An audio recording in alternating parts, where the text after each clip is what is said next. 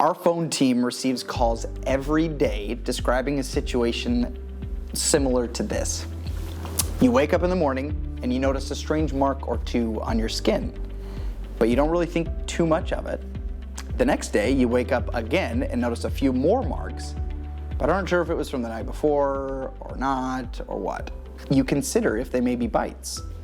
Then the third day you wake up with even more bites, and you know at that point there is something going on.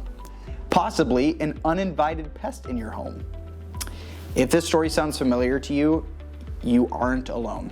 We started this company to be here with you, to give you a helping hand to determine if these bites are from bed bugs, and if so, the next steps to take on what to do.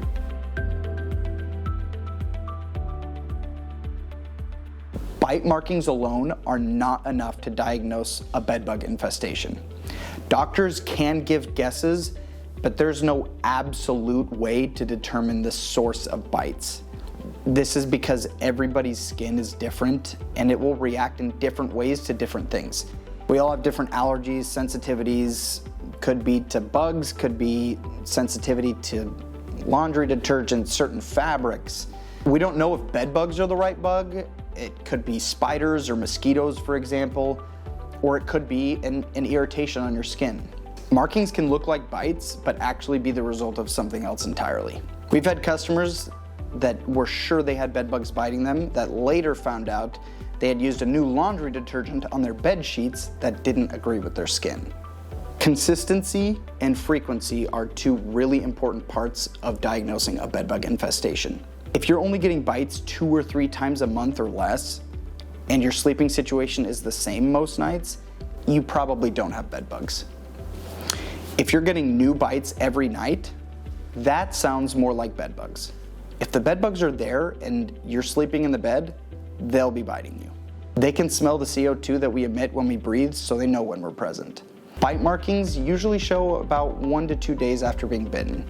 However, bite markings can show anywhere from a few hours after they occur to 14 days in some cases. Bedbugs' peak feeding window is between 2 and 5 a.m. This is most likely when you're going to be receiving your bites. Another question to ask or consider is, where are you getting bites on your body?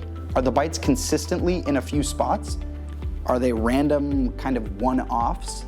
If the bites are consistently showing up in the same few spots over a few weeks, you may want to give us a call to come out and inspect to get to the bottom of whatever's biting you. If you notice one-offs or one bite here or there, you're most likely not dealing with bed bugs. Bed bugs usually don't bite below the clothesline unless they're desperate or a young bug. So bites in areas that are covered with clothing during the night usually signify it's the cause of something else. Bedbug bites are commonly on arms and legs if you wear shorts or a shirt to bed. They'll be on your neck, your feet, your face, your head, your torso, anywhere that's exposed.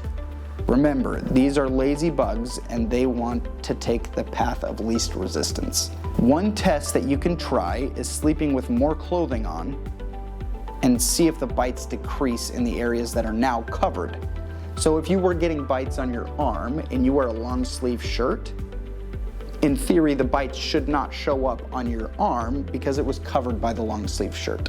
What do the bites look like? How does it show up on your body? Does it show up in a line, as bumps, individual welts? If the bites show up consistently as one of those 3 types of bite markings on your skin over time, this could be bed bugs. If the bites look different every time you get them, it's less likely that you have bed bugs, because usually the bites will look consistent over time if it is bed bugs. But again, there's no way to tell with a certainty from bites if it's bed bugs or not. Ultimately, how the bites manifest varies from person to person because we have different skin types and sensitivities. The PCT bedbug sensitivity study says that 26% of those aged 11 to 65 reportedly didn't react to bedbug bites. The fact that bedbug bites don't always react with your skin can make it very easy for the bugs to remain virtually undetectable for months at a time. Bedbug bites are similar in look to welts. There's a small, red, usually painful welt left behind. And most of the time, they're indistinguishable between bites from other pests. Because bedbug bites don't manifest on everybody's skin, this can make it really difficult for couples to confirm the presence of bedbugs. For example, if one person in the couple is asymptomatic while the other is receiving new bites daily, they will oftentimes blame other pests or causes since both parties aren't reacting. Having a consistent amount of bites over time usually shows the presence of bedbugs. It can be helpful to keep a bite diary or a bite calendar to track how many bites you're receiving each day and in what location on your body. There are other pest bites that can be often confused with bedbugs.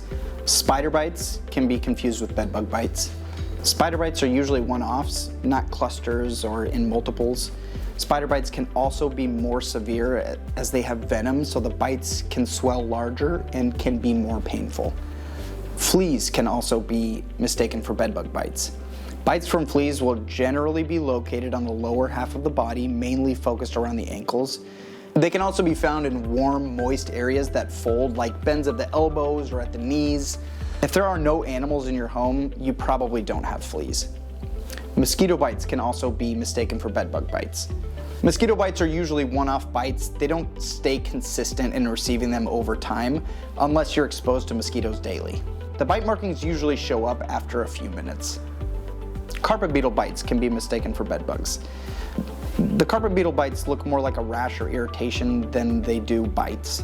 The markings will show up if they walk across your skin, as their bristles can irritate your skin. Chigger bites can also be confused with bedbug bites.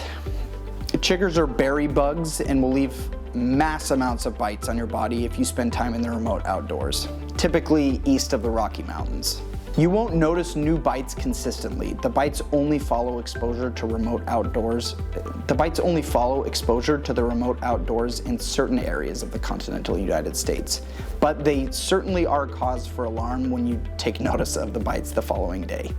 Remember 3 key things about bedbug bites: consistency, location, and look.